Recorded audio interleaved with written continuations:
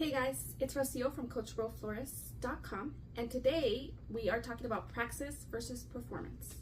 So I think a lot of people don't know what the word praxis is, so I'm just going to go ahead and start with that first. Praxis is the practical application of a theory. That's the definition by Merriam-Webster. There's a few other theories out there, but there's a few other definitions out there, but this is the one that makes the most sense with the concept and the term that I'm using. And performance, well, you guys know what that means. But what I'm referring to is this idea that I think a lot of us are putting up we're putting up a front. We're like acting in a way that we think we should be acting, which affects us in a myriad of ways, but it's also just very ineffective, right? It doesn't help us get to the kind of life that we actually want to live. And so whether this is specifically talking about politics, right? Like for some reason online, there's a whole lot of talk about like people are just putting up an image of like, oh, I really care about this thing, but then they're not living a life that fits that. And then there's just in general, when you're unable to be authentic with the people in your life, in your work, in your school, and with your family, with your friends, and it creates a whole lot of other issues. So I think that it's important for us to learn about this concept. And so I'm going to break it down with the same kind of the be yourself focus, all of the different pillars, and we can take it from there. And yeah, I figured out my camera and how to set it up so that I don't have to be standing, which is nice because last time that was kind of annoying having to stand. Except today I'm just feeling a little I just get so nervous so easily and then my heart rate goes up and then I'm like, I forgot what I was gonna say. I have all these things in my head and then suddenly I get on the camera and I'm like, huh? So if I get nervous, give me,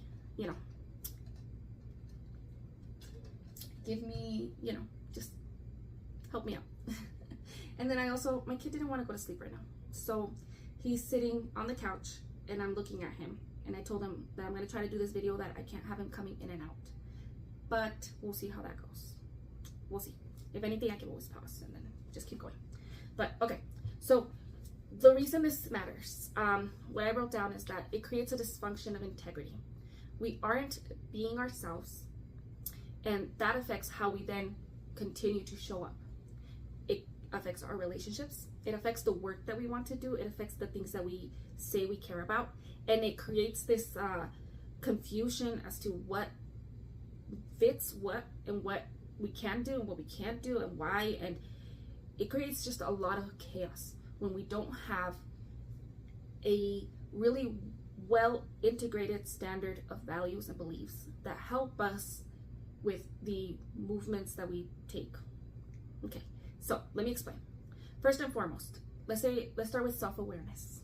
Okay, and I am gonna try to focus a little bit on the idea of maybe not politics, let me just say activism, right, or advocacy. So all of us, we tend to have a lot of beliefs and we all tend to be very open and we talk about what we believe, but a whole lot of us lack knowledge. Belief doesn't equal knowledge, and belief doesn't equal action. And so it's very easy for us to kind of go out into the world and create an opinion about something without actually understanding the concept and then without doing anything about it. And then we're upset because other people aren't doing it the way we think it should be done, or we are upset that they're not doing it perfectly when we're not doing anything at all, right? And so on that end, we're not even showing up at all. We're not, sometimes we're just, because we feel that we believe a certain way, we feel that that's enough to say that we care about the thing and that we are morally superior in just caring about it. There's a concept for that. I didn't write it down, I should have.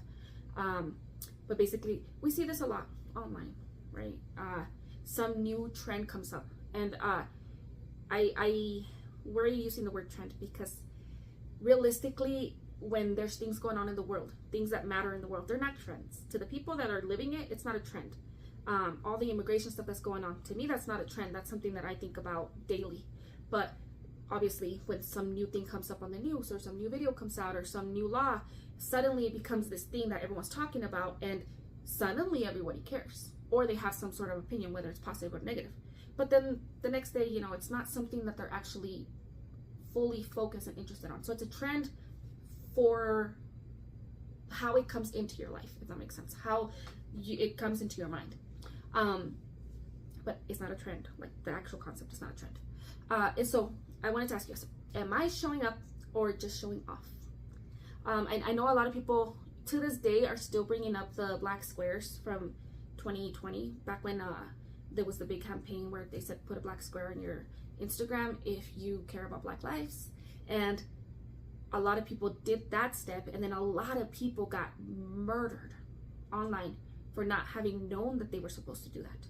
And to this day, we still talk about it because there were so many people who went out of their way to say, hey, I care, but in a, I care, so don't be mad at me that I'm not caring, if that makes sense. And a lot of people got canceled because they didn't show that they cared. But maybe they do show that they care, they just did it in other ways and they weren't aware of the campaign.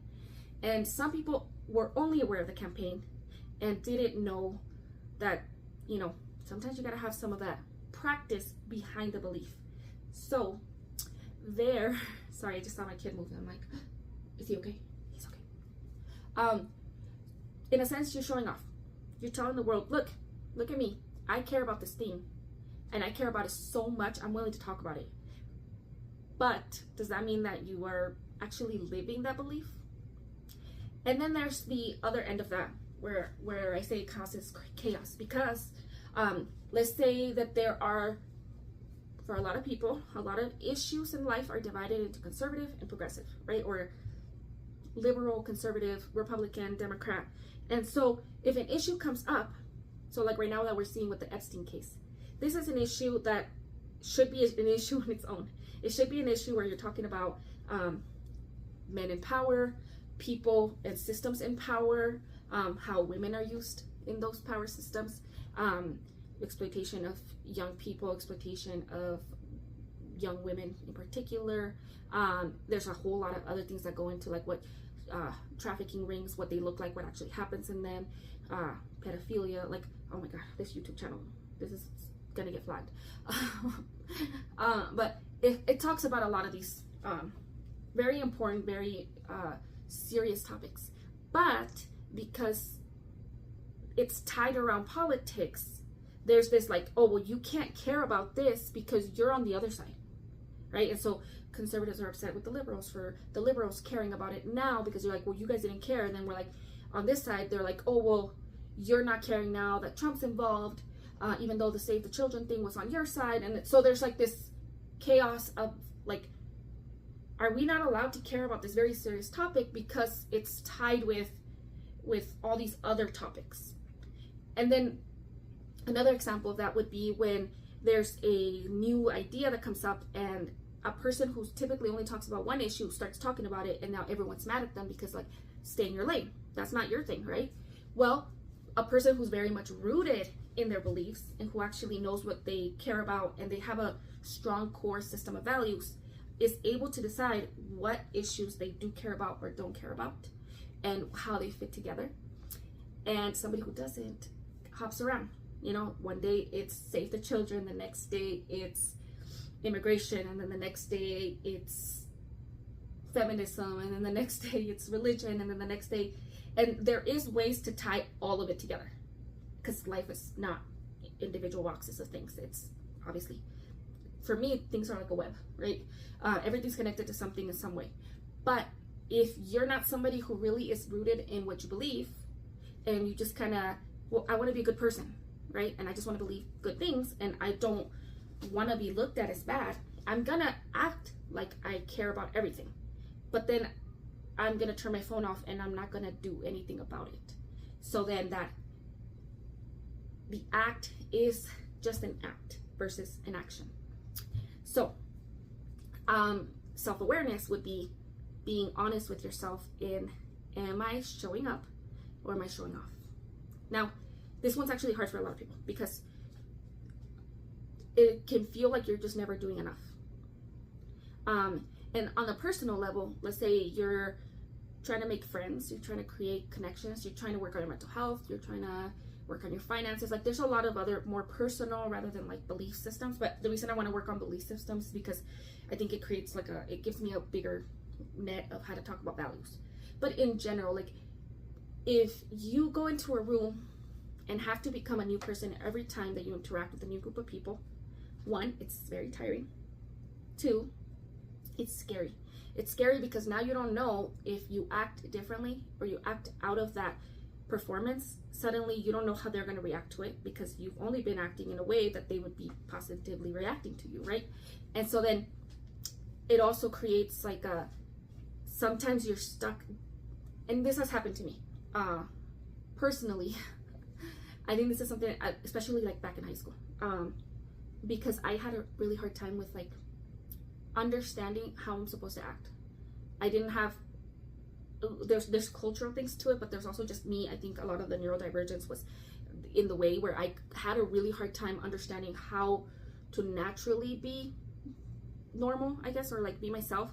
And so then I learned, I would read books and like magazines, and it would say you're supposed to do this when this happens. And then on TV shows, you know how there's always like the sidekick character who like tells the main character, no, you're supposed to act like this when this happens, or don't you know that when a boy says this, you're supposed to do this. And so that's kind of like how I, in a sense, manipulated my entire environment, because I needed to feel safe, and in order to feel safe I needed to put on a show. But then you just don't ever feel like you're being yourself. It doesn't fix the issue at the core, because you're not able to connect with the people properly because you're not being yourself. And then it's tiring, it's exhausting, so it's not healthy. So maybe you don't know if that's what you're doing or not. Maybe you're just like, I don't know, I mean, I'm trying to be myself, I care about those things, or I care about the people I'm around, I'm not sure. Well, how do you feel? In general, I think putting a lot of effort to understanding your sensations and your emotions and your thoughts, and putting time into thinking about how you're being affected by the life that you're living.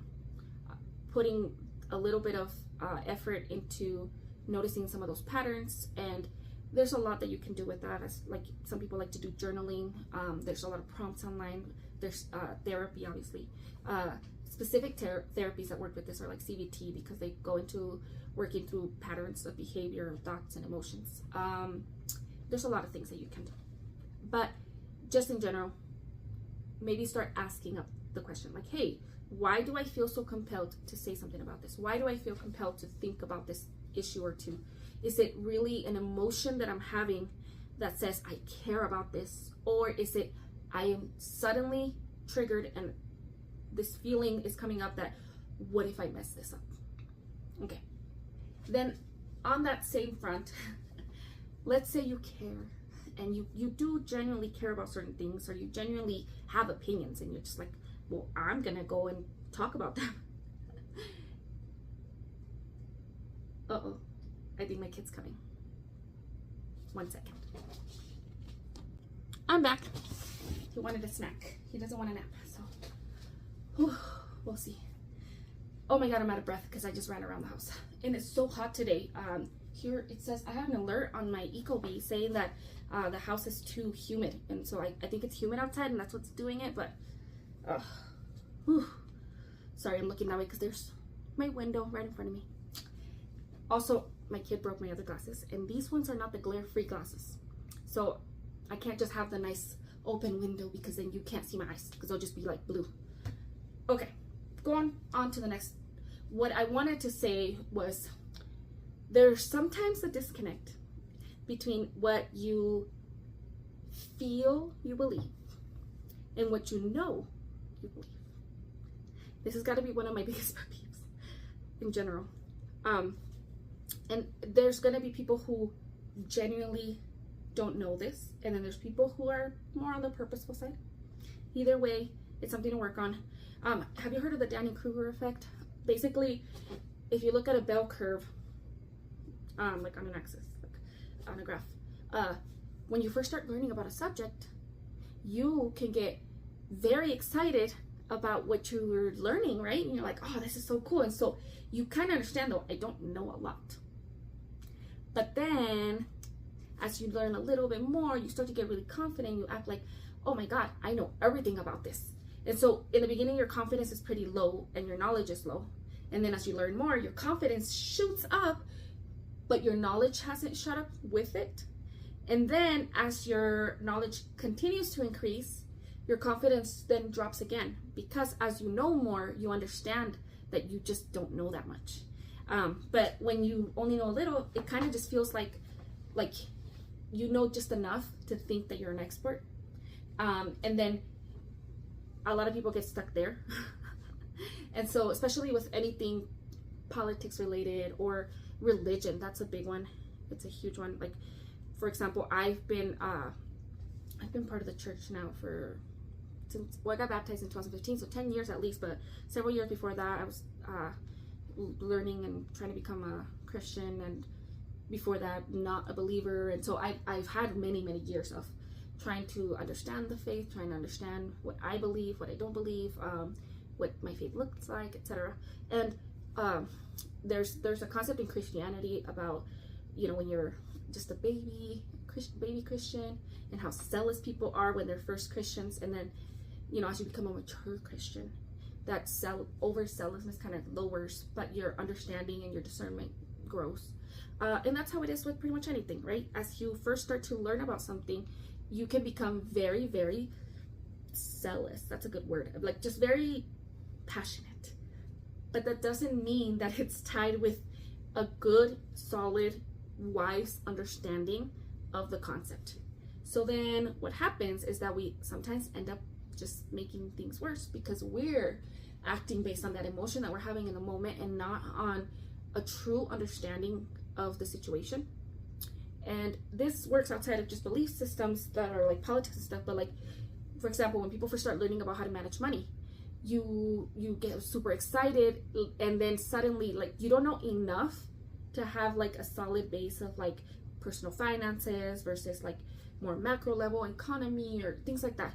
And so then you come across crypto bros, or I don't know, whatever's in style in the moment. So what's the latest thing, like NFTs? And then there's like well, you're gonna find something online and they're gonna tell you that they know everything, and you technically know that you don't know more than them, and you know just enough to understand what they're saying, but not enough to be able to question it.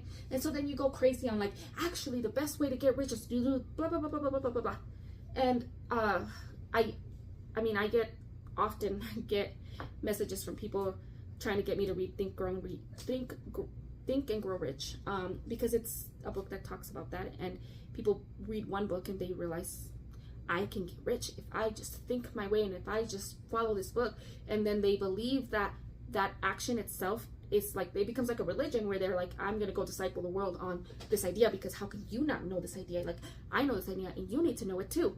And again, there's passion in there.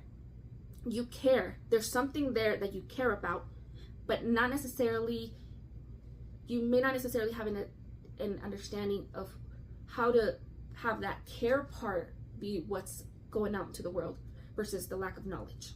Does that make sense? I hope so. So under self-awareness, are we adding to the harm? I think we can all look around the world and see that there is a lot of harm right now. Read any comment section and you'll be depressed. I'm really frustrated by that. But there is just, people going off like crazy on just, they have a opinion, but that doesn't mean that they have an understanding. And because they don't actually have the work behind it, they're not actually going out and living out that belief, they don't understand the pitfalls. They don't understand what they don't know. They don't understand why their simplified solution doesn't just work, and why every politician doesn't just do what they say, right? And so that can add to the harm, because then a lot of the times people do focus on the things that people with less information and with only opinions are saying, especially when they have a big platform. We see that in politics a lot, actually, with a lot of these bigger names that are speaking out, and they're just saying the first thing that comes to their mind, but they don't have a knowledge or oh my God, I just found out that, that my congressman from my area, he is anti-immigration, And then he's got this whole concept about how his grandparents did it the legal way. Therefore, that's why you should believe in what I believe. And it just came out that he essentially lied, but I don't think that it was a lie. I don't think that he was like, oh, I'm gonna hide the fact that my grandparents were illegal.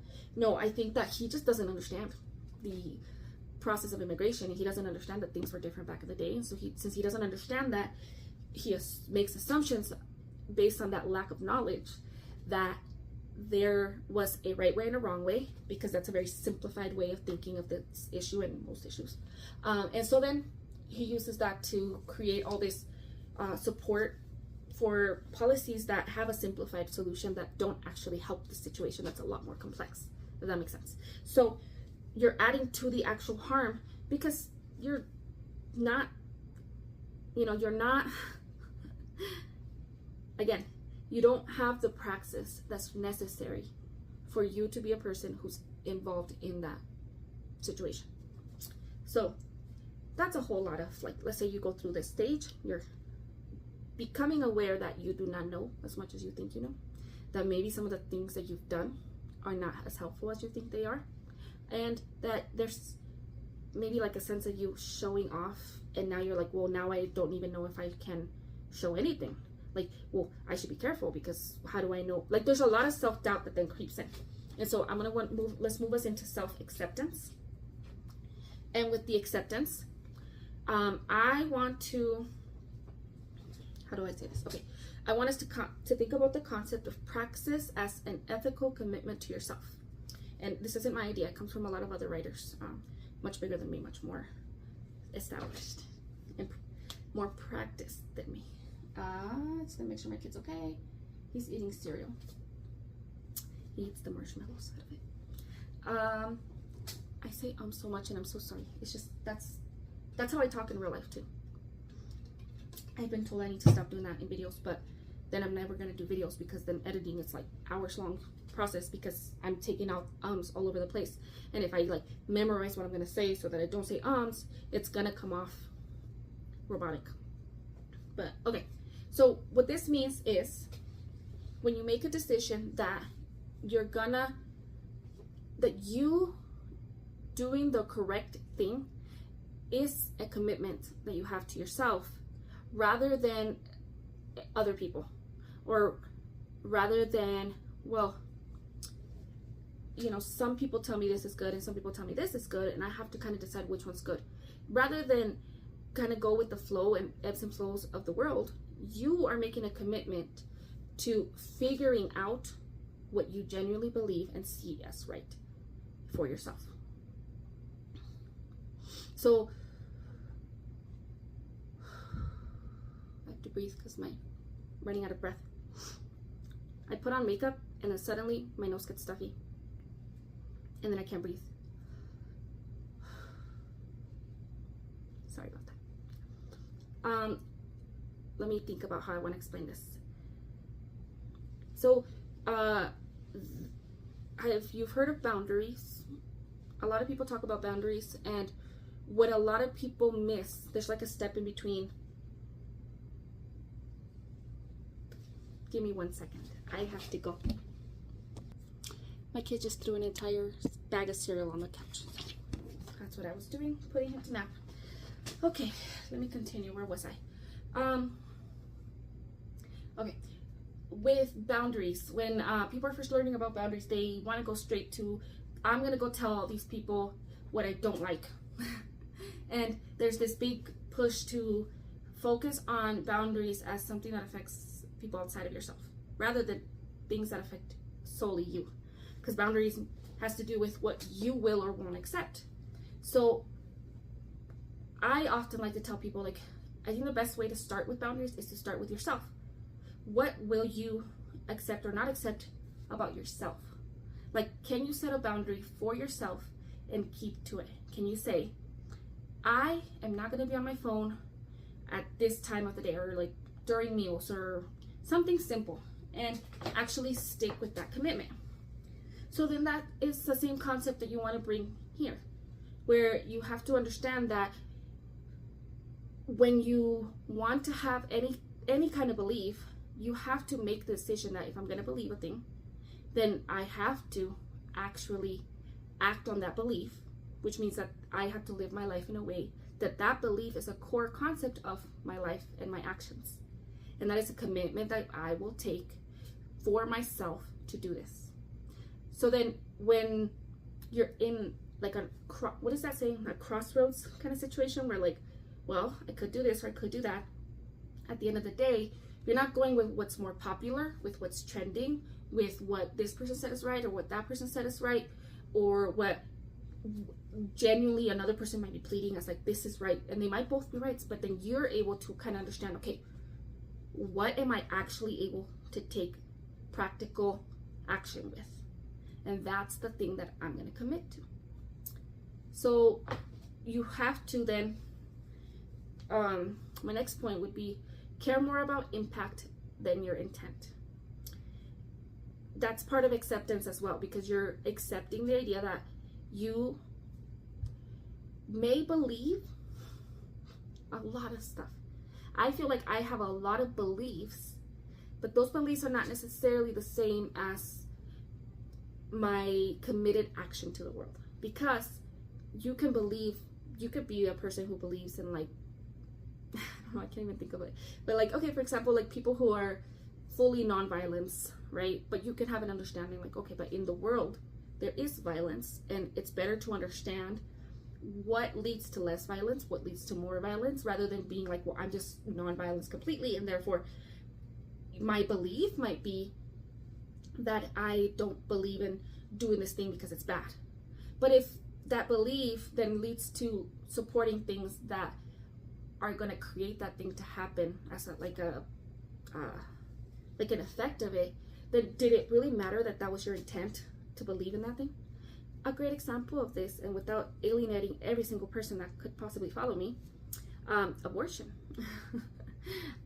With abortion, I personally understand the concept of genuinely believing that it is a bad thing to have an abortion, and that it's a bad thing to allow for what you consider life to then not be, right?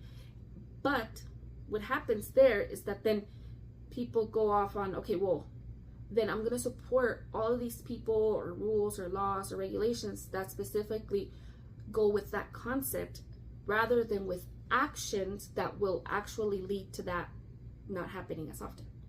So a lot of the times there are regulations and laws and rules and all sorts of things that sound like you're against abortion, and yet at the end of the day, when those things are put into effect, they actually lead to more abortions happening. So whether or not you want to have a conversation about pro-life, pro-choice, like at the end of the day, it's not even you having a conversation about that concept. You're having a conversation about whether or not you actually believe what you believe, and whether or not the impact of it is what matters to you, versus just saying that you believe in the thing. Because a lot of the times we can care a lot more about being able to present a belief, present a value, versus actually living out that value. So you have to care more about the impact, and be okay with the idea that just because maybe you have a very strong belief here, but by following this, it may not seem like you have that belief, but you know that the facts show that that's what's going to lead closer to the actual belief, rather than the idea that if I just stand against it, then you're accepting that maybe people aren't going to see me the way that I want to be seen. Maybe people may not agree with the way I'm going about things, but at the end of the day, I'm caring more about the actual thing I believe in, not the performance of it. Because for a lot of people, a lot of beliefs are just performance. It's being able to set yourself apart from others and say, hey, I don't believe in killing, and I don't believe in murdering children, and I don't believe in this and that. But then it's like, if you just keep supporting things that lead to those things happening, there's a disconnect. And then under self-acceptance, I also want to bring up the idea that you can't change the whole world. I know. Can't be all powerful. We're not God. But you cannot change the entire world, and you don't need to. I remember being a kid, and my dad would tell me that, you know, I'm just one person. Like, you can't change the world. Like, one person can't change everything. Like, this is how things are. So just one person can't. But then he also instilled in me a lot of beliefs about, like, our responsibility to the world. And so then I'm like, well, those two things don't match. Like, I believe in something and I want this thing to happen. But then it's like, I'm just me. And I don't have the power to make it happen. And so when you're stuck in that mode, it can be very defeating, and it can make you get to a point where you're like, well, I believe this, but I can't do anything about it, so what's the point of doing anything? But there are, oh my God, there's 8 billion people on Earth now, right? There's 8 billion people, and if we're all doing something, that leads to something, right? Like, some change is going to happen. The world, there's that quote about, I'm sorry if I look around everywhere, I can't focus like this. Sorry, going too fast. The belief that the arc of the universe bends towards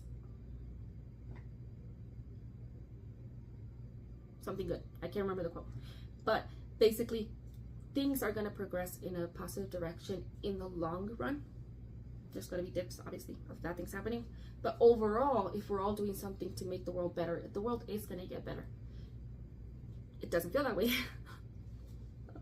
And I, being the pessimist that I am not the best person to talk you into how good the world can be.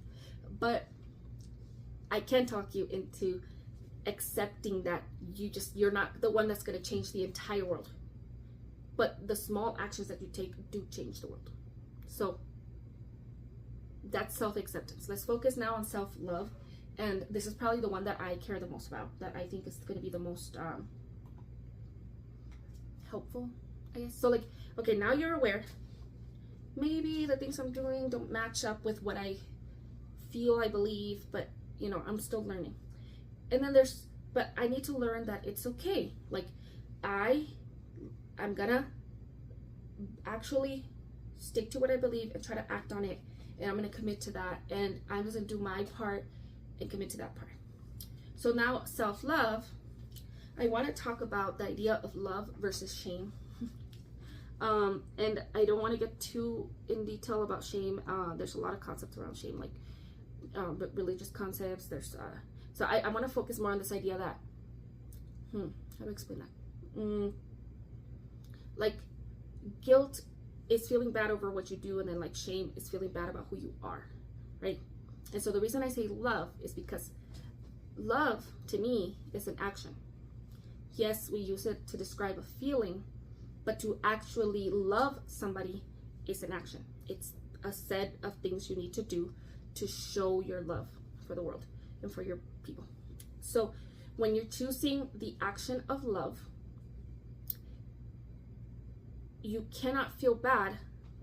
Well, yes, you can have emotions, trust me, of course, but I'm saying it's going to help you to get out of that feeling of I am a bad person, because you're understanding that whether or not a person is good or bad, whether or not you genuinely look at somebody and you're like, that person is not good.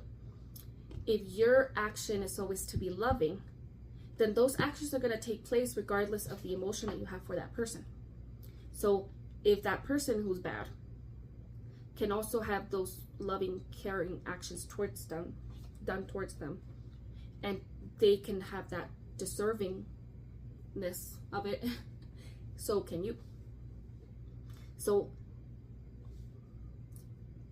when you're putting all of your focus on how can I be loving, then your actions have to be loving. Does that make sense? Versus shame is focusing on what's wrong, and focusing on what's wrong doesn't change what you have to do to be loving. Does that make sense? I feel like I should have put more thought into that. I'll explain it more, because I think I need to explain the next point, which is embodying the concept of innate worth. Personally, that comes from my faith, but it's not solely a Christianity concept, but it is very strong in Christianity, the idea that we're made in the image of God. God made us, said we were good, and he loved us and deeply made each individual person because he believes we need to be. And so we have innate worth. When you think about the concept that we have innate worth, in order for you to understand that you have innate worth, in order for you to understand that others have innate worth, you have to believe that everyone has innate worth. That murderer, that politician you hate, that girl who did that one thing to you in high school, or that boy, or that your parents or your siblings, people, anybody who's hurt you, anybody who might hurt you, anybody who might hurt somebody you love, they are all equally, innately worthy. Worthy of love, worthy of being, worthy of life, worthy of being loved. And that is a very hard concept, because we tend to live in a world that wants to put everyone on like levels, right? We're like, well, some people are worth more than other people. And that gives us this idea that we can be worth more than other people.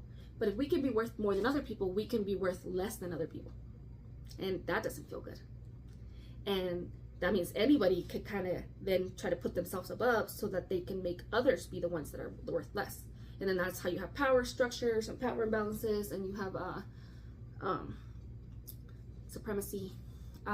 Without going too much into that, when you have an understanding that everyone's innately worthy, all of humanity has an innate worth. And a lot of people, based on their own belief systems and their praxis, they might go into including other beings as well, right? I always call them God's little creatures. But then, if everybody's innately worth, you're also worthy. That means that when people make mistakes, if their mistakes can be fixed, your mistakes can be fixed. If that person deserves love, you deserve love. If everybody, you're able to see the humanity in mistakes. You're able to see humanity. You're able to see that there is no such thing as perfection, and there's no such thing as utter imperfection. So like, you can't be not worthy, if that makes sense. So then, using that concept, you're able to make decisions about your beliefs that are focused, rather than focusing on somehow me believing this makes me better than other people, or me doing this action makes me better, or will like earn me brownie points. You're able to make decisions that are based on just the actual belief you have, the actual value that you're trying to work with, because you understand that that value has then a certain impact, and that impact can help change the world in the way that you want to, based on the belief that you have.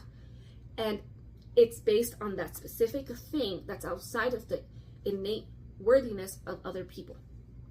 And if you make a mistake along the way, or somebody else makes a mistake along the way, rather than putting all of our shame into how wrong that person is for having made a mistake, or how wrong you are for having made a mistake, you can come back to the concept that, okay, I can take an action. That action has impact. And I can, from there, decide what next action to take, and then evaluate what impact that has had, and then keep going. So it kind of allows that freedom of movement, of your beliefs having power that's not power that's just coming to your persona, if that makes sense. Let me drink some water.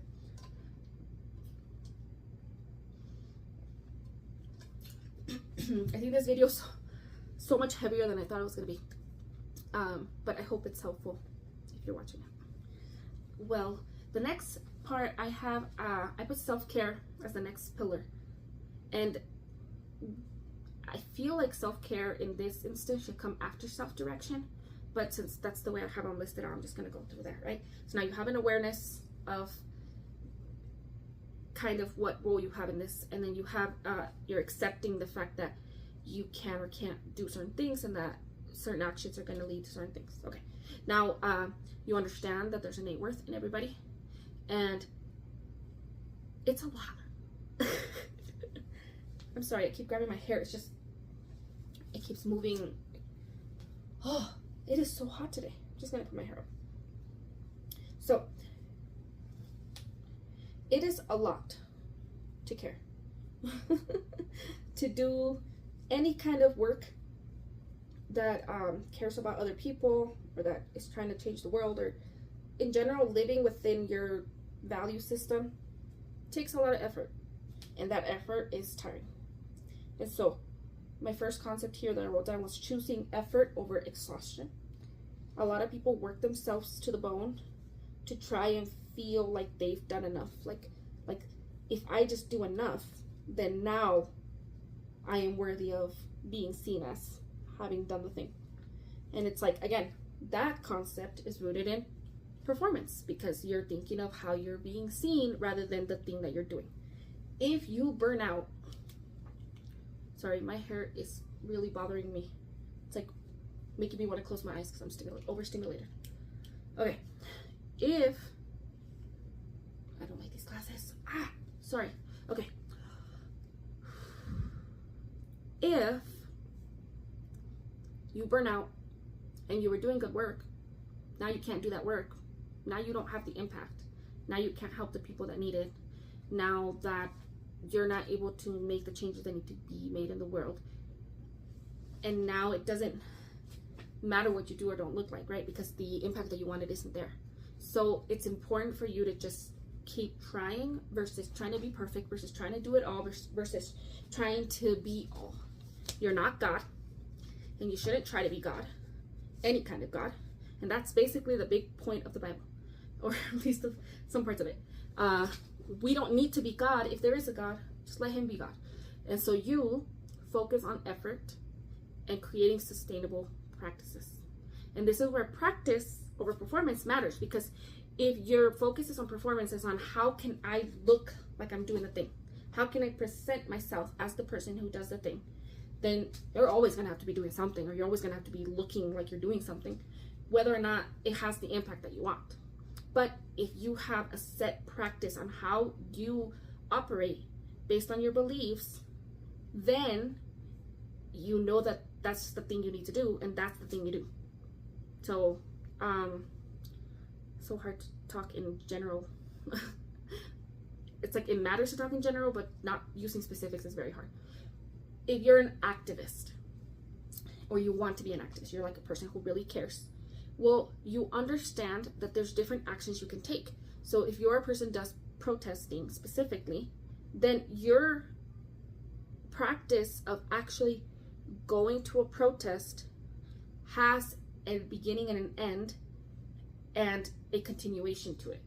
Versus if you don't really know where you stand, but you're like, well, I want to, I guess a better example would be like going to all the protests versus going to the protests for the things that matter to you, that you know that you care and it will make a difference, and being tuned in to what organizers are telling you and what the people who are doing the work are asking of you, versus being the person who's protesting at every single moment of their life. You've met them, you've met me, where, you know, every conversation turns into this, basically a protest about this belief that you have, and you want to tell the whole world. And again, you're in that overzealous space where you're like, I just need to constantly be yelling out into the universe that I believe this thing, versus what actual actions are going to help that thing.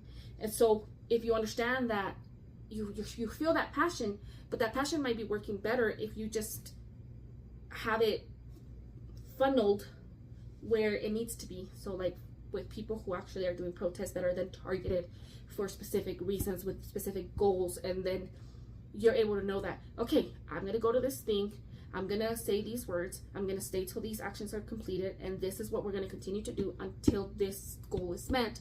You have a practice that leads to the action that you want. Not just an idea that you believe in, but something that will actually have an impact that you want.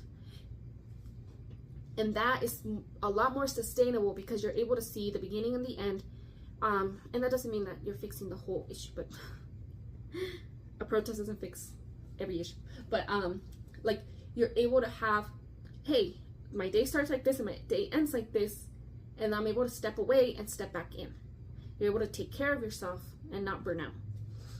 And then I wrote down continuity versus consistency versus urgency.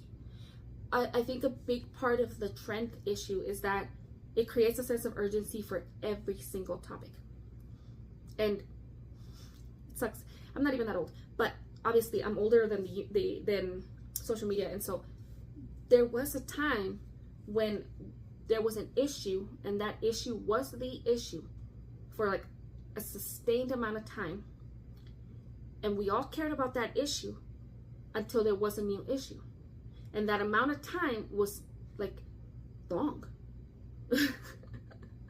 And now in the morning you can wake up and see that there's something trending that's like a big deal and everybody's talking about it, and by the afternoon there's a new thing, and then nobody remembers that other thing, which is like, in a sense, I understand where like we have more access to information and we have more capacity, because like throughout like I said, things aren't trends. Like life isn't a trend. So just because something's trending doesn't mean that when it's not trending it stops being an issue, right? So like the issues that are issues, they're just always there, and now people get to see that. People get to be included in there, and they get to see what they can do about it.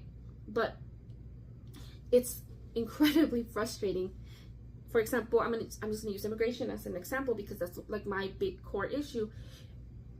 If something goes trending, which this year has just basically been that, some alligator Alcatraz or some new law or some new, oh gosh, it becomes there's this sense of urgency to talk about it, and then suddenly people just kind of, they said their thing and they're done. But that thing's still happening, right? Like that law's still getting voted on. That law is still going into place. Like in order to not have that law anymore, we still have to somehow either vote to change the law, or we have to, make different laws that are gonna change this. Like things still need to happen for that thing to not be an issue anymore. Just because it happened and now it's no longer in the news doesn't mean that it doesn't matter still. And when you're the person who's on the end of like a core issue, like they're affected by it, it is freaking like, oh, like people care only because it's trending, only because it's a thing that's there in the moment. And again, it's really nice to see, and it's significantly nicer to see the person who says something in that moment versus the person who doesn't say anything ever, or who says something on the opposite end. Yes, it matters that you said your piece and that you are supporting publicly certain things and that people know that you care. But if your care only really comes after it's been trending and it's like a big deal, and now people are gonna think about you in a negative way because you didn't say something, but then the next day you're like, okay, well, I said my thing, now I don't have to care. That's frustrating for the people on the other end. It can be very harmful because then there's this collective sense of like, oh, somebody's doing something about it, like it's getting done because people care, but like I don't have to do it, right? And then there's lack of progress when it comes to that thing. So that sense of urgency we get when something's trending keeps us in that constant like, okay, well, we have to care about this today, and we have to care about this today, and then today we have to care about this thing. But you can't ever like focus on what you actually do for the thing, because just because there's they're telling you call your representatives about this thing, right? And that matters. But then now you're also having to call about these other things. In order for it to actually change, you have to be calling for like weeks, and you actually also have to be like going to these meetings, and you have to like, there's so many things that if you're actually acting out what you believe have to be done more than once. But you're getting that sense of urgency like, okay, but remember there's a genocide going on, and there's a lot going on. I can't even say everything that's going on, but like, yeah, there's so many things going on, and there's so many things, and you're like, I can't like do anything about everything, right? And so if you focus on consistency and continuity, meaning that, and the reason I put continuity first is that I'm gonna keep going with this concept. I'm gonna choose something. In order for it to become sustainable practices that do not burn me out, I have to choose to keep going after I take breaks, after I had maybe took a detour to focus on something else that's urgent. And I have to continue even when I can't be consistent. So a good example, I guess, is like last month we had a death in the family, and then we had another death in the family. My entire focus had to go to that, because I had to do it, because there was the emotional toll of it, but then I was also the one that was physically doing like the funeral things. I had to put aside other things I care about. And if I was thinking of it as like, well, I have to be consistent all the time, but I can't be consistent right now, meaning that I failed. So what's the point of continuing since I can't be consistent? And I've personally, this is the feeling that I've struggled with probably the most, because I've throughout my life, there's always something freaking going on, and that's life. You know, there's always somebody sick and somebody dies, and some new law affects me personally in a way that I can't then focus on other work, or some financial thing, or some life thing, or something's always going on. I'm gonna be doing a video and my kid's gonna come in here and get in the way of it. And so if I make a decision that, oh, see, I just can't do it anyways, I'm not able to be consistent with it, so what's the point? Then you're gonna not do it. You're not gonna continue. So that's kind of where I'm coming from. That part of making this something that continues to happen is choosing that you're gonna let it continue. Maybe not in the most consistent way, but you're gonna then try to do a consistency, and you're gonna try to focus on that over just going with urgency. I hope that makes sense. And okay, the next pillar is self-direction, and this, I would say, is gonna be the most helpful for anybody who feels like this is really their topic, that this is a topic they really need help with. The reason I chose this topic for this month versus so like for example, I want to focus on connections and building connections and community versus isolation, and I'm thinking I'm going to do that later on, a couple months down the road. There's a few other things that I feel like are pretty important and would have fit well during this month, but I feel like the world needs this right now. They need to understand that they do not have a good enough understanding of what they believe, and that's why we're all fighting about everything.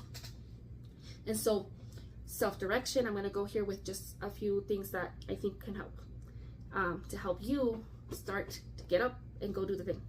One, you need to learn from experts. Here, let me drink some more.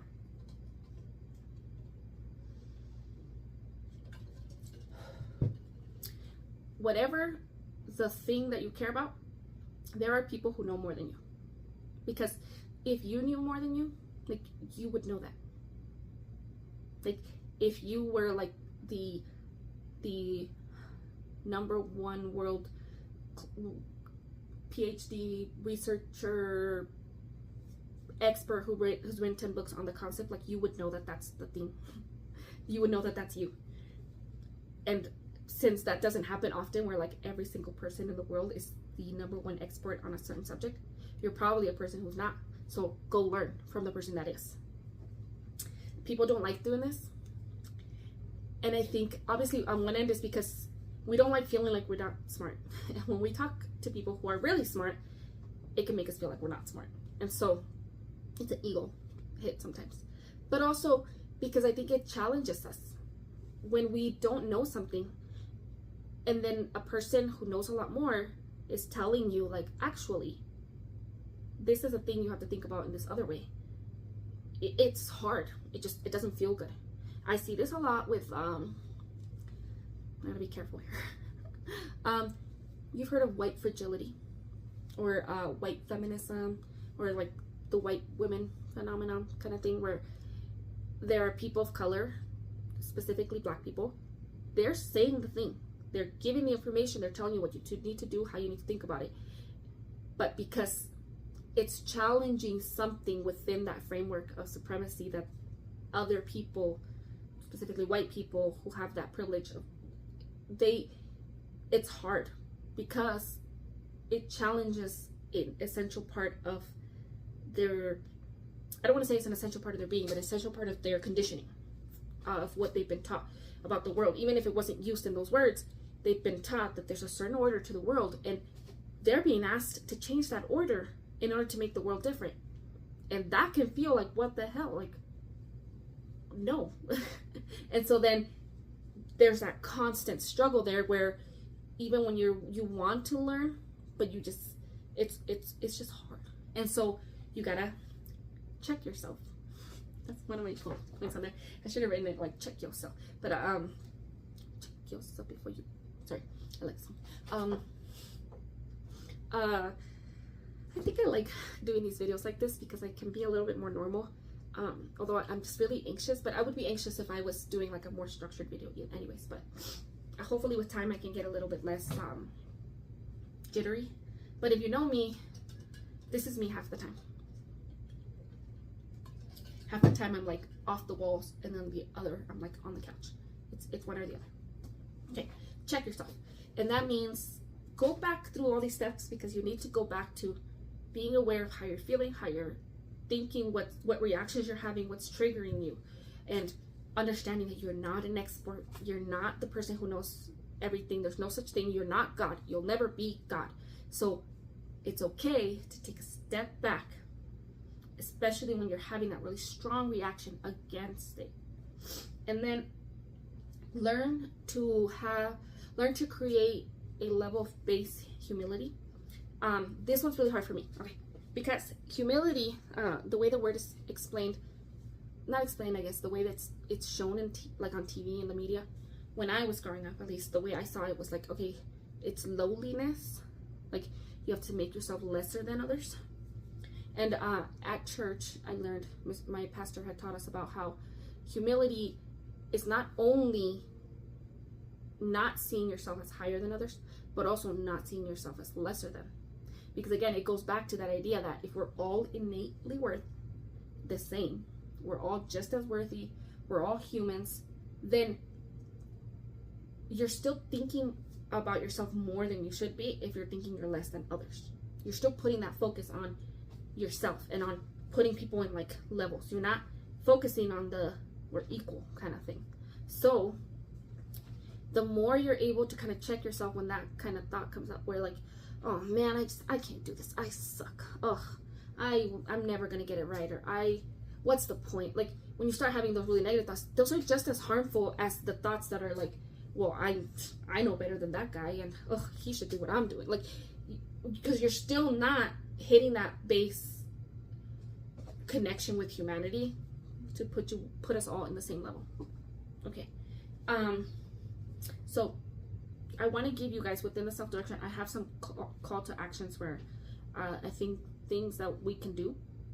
But let me go into those after I my nose is doing the stupid thing. There's no boogers. There's just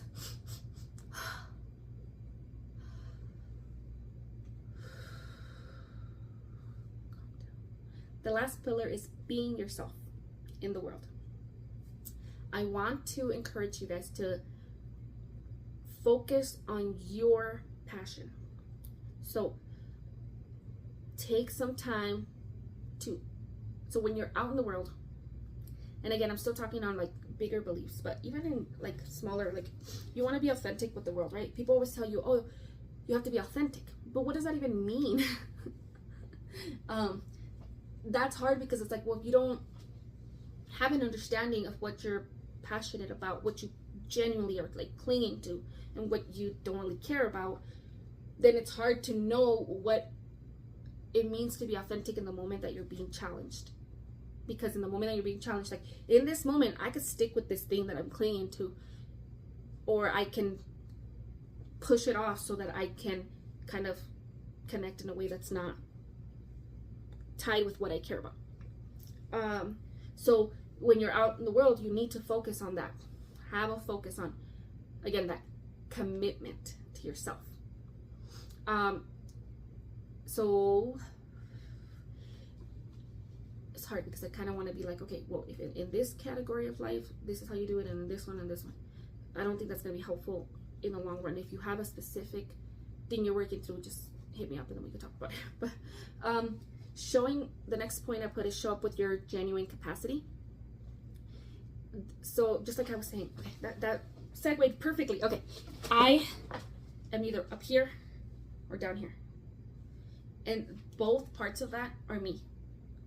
And I've always had a really hard time because I've always felt like, oh, you kind of have to show up here in the middle. Like you have to be like other people. So kind of match, you know how they say match other people's energy. Like, oh, they're acting a certain way. You have to act that way, even if that's not how you're feeling in that moment. But that's not genuine. And again, it's exhausting. So I like to explain to people, like, hey, sometimes I'm up here. I'm going to have a ton of energy and I'm going to be talking fast and I'm going to know a lot of things.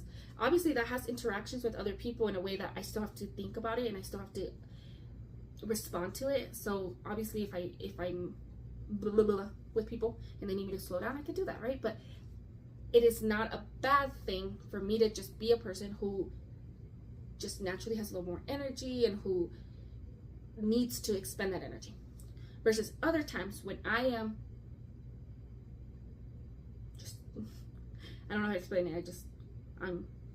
I have no capacity. And that is often much more necessary to explain because people will think you're mad or they think that you don't care or that, and you kind of have to be honest about it, but you should still show up with it. So a lot of the times when people don't feel like they're being as energetic as everybody else wants them to be, that they have to isolate, that they have to hide, because then they'll affect other people in a negative way. Versus you just show up as who you are in that moment. You're honest about how you are, and then you're able to use that ebb and flow of who you are, because nobody is just in one state all the time. You're able to then make that work within the world around you, and other people are able to then respond to it, and they're able to connect with you on that level. They're like, okay, well, I could tell that she has the energy right now to do this. I can help her. I can have her do this, or she doesn't feel like doing that, so I'm not going to ask her too much. Like, so you see how it connects with a lot of other stuff. Okay. And then another concept I put on here is honesty in ignorance. And one second.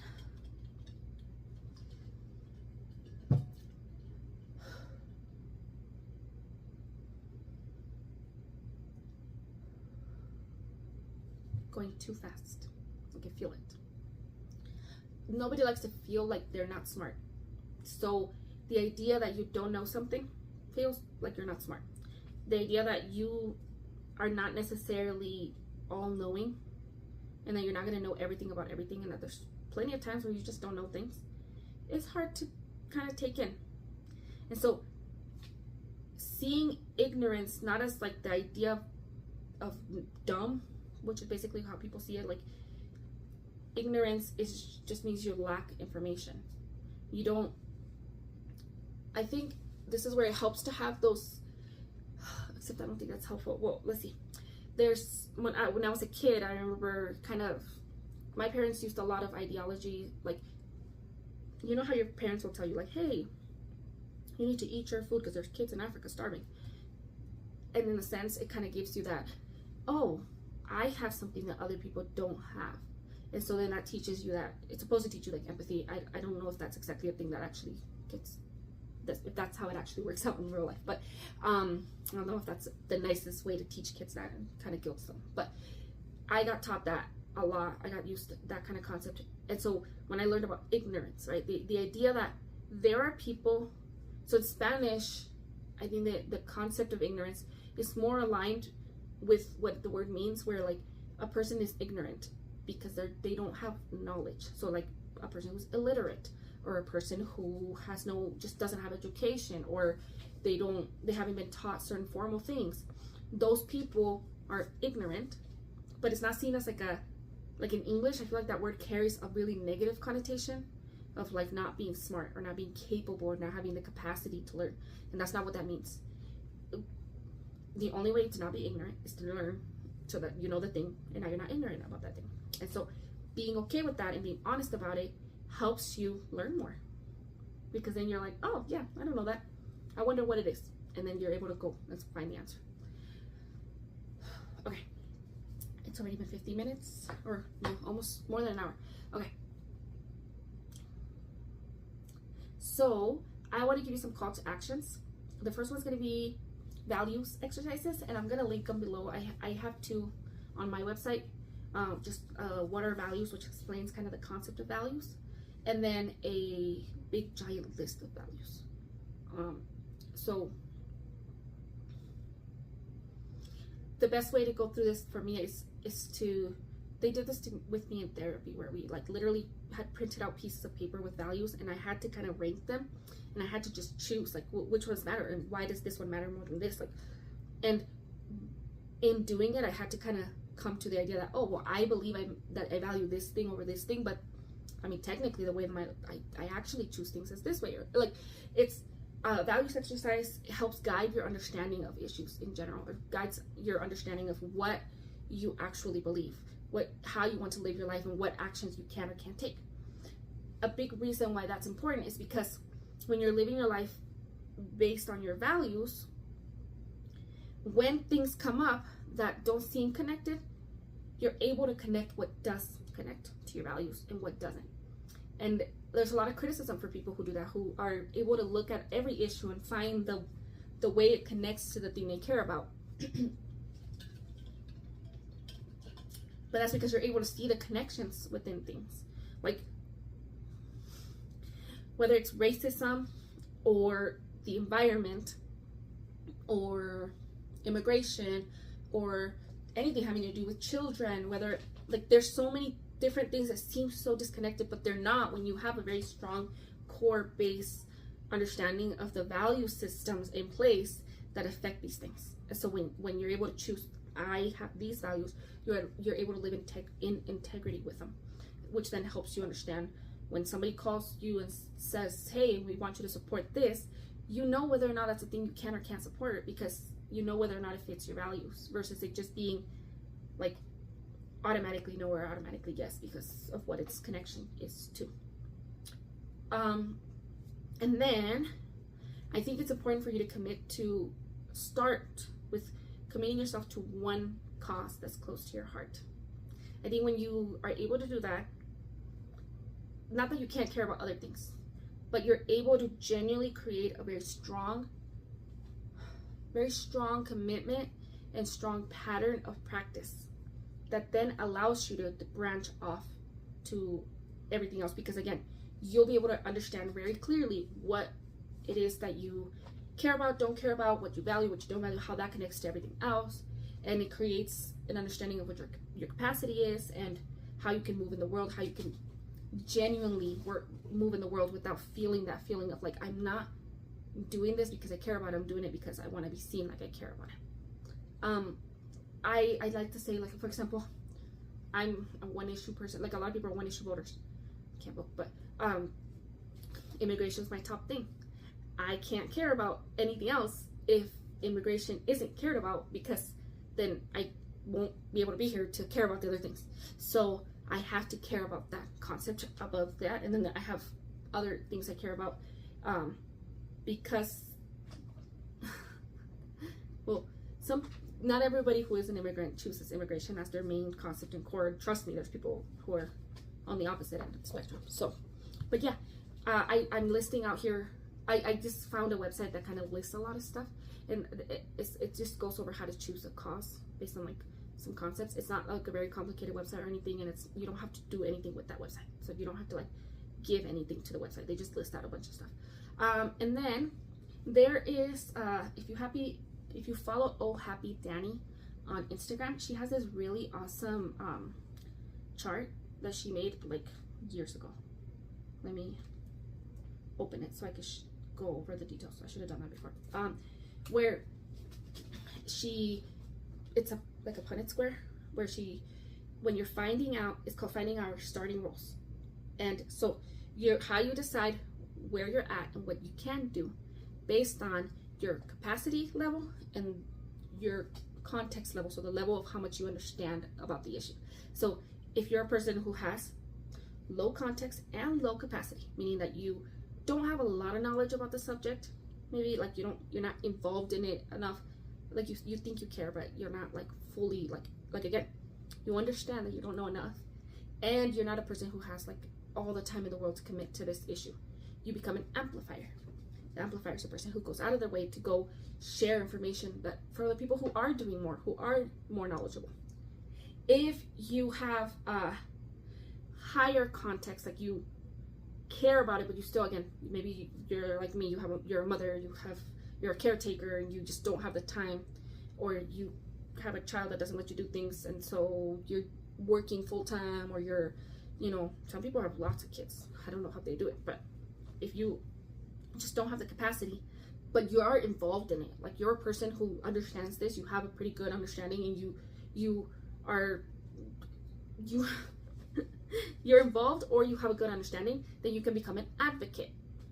If you are somebody who has low context but high capacity, like I could do a lot of stuff, like I'm free, I could do stuff, but I don't know enough. Those are the people that get in trouble. Those are the people those are the people that get made fun of on right-wing pages, because again, overzealous, get overexcited, but then they kind of falter and then they're judged. So okay, anyways, you become a learner. That's your main capacity. Do that with your energy. Go learn, so that you can become a person who then can become the next part, which is the educator, because you have high capacity and high context, so you understand the thing very well and you have the energy to do it. Now you can teach other people. You can actually make those decisions, so you can actually help people know what to do and use that knowledge. I think a lot of people jump straight to educator. I've done that myself, and then I think too many people stay in the amplifier, and I think I don't think that she said finding our starting roles. I think that essentially says that means that it's not the only thing you do. It like continues as you grow. But I'm gonna link that one. That one's really awesome. And then values. Yeah. I want to bring in like some biblical concepts here for those of you who are of Christian faith. The idea that like faith without works is dead. And then there's like it's Corinthians where I'm not good at giving specific verses, but you can look it up. I could do everything correctly, but if I don't have love, then it doesn't matter. I've gained nothing from it, right? If you're doing all the things, but there isn't a core basis of why you're doing it, then those things aren't going to have the impact, and they're not going to have you are not going to gain the impact that you thought you would. And it's not gonna, so yes, you shouldn't just do things without also having your faith, but then if you have faith, it should be leading to something more. It should be pushing you out there to go do something, to actually care about the things you're supposed to care about, to put it into action, and not just say you believe what the Bible says and then not do anything about it, right? And then there's this whole section on in Matthew 23, which is pretty heavy, so sorry, but maybe read the whole thing. So basically he's going into like why empty rituals are not good. So like that's the part where he was calling out the hypocrisy in the oh my god, the term just went, the religious people. A lot of people, and this is a big one right now in our country where we're heading, with Christian nationalism being a huge factor driving politics in general. I think it's important for us to understand that just because we say we're believers doesn't mean that we're acting like believers. It doesn't mean that we're embodying the love that Jesus Christ tells us to have. And so just praying or just posting a Bible verse or just going to church on Sundays are not enough. It has to lead to actual transformation of your heart. If the Spirit's in you, it's going to lead you. And if you're not developing the fruit of the Spirit, then you have to question whether or not that's what's there. Okay, I think that's everything for today. Throughout the month, I'm going to share things that kind of lead within this concept. And oh man, I'm out of breath.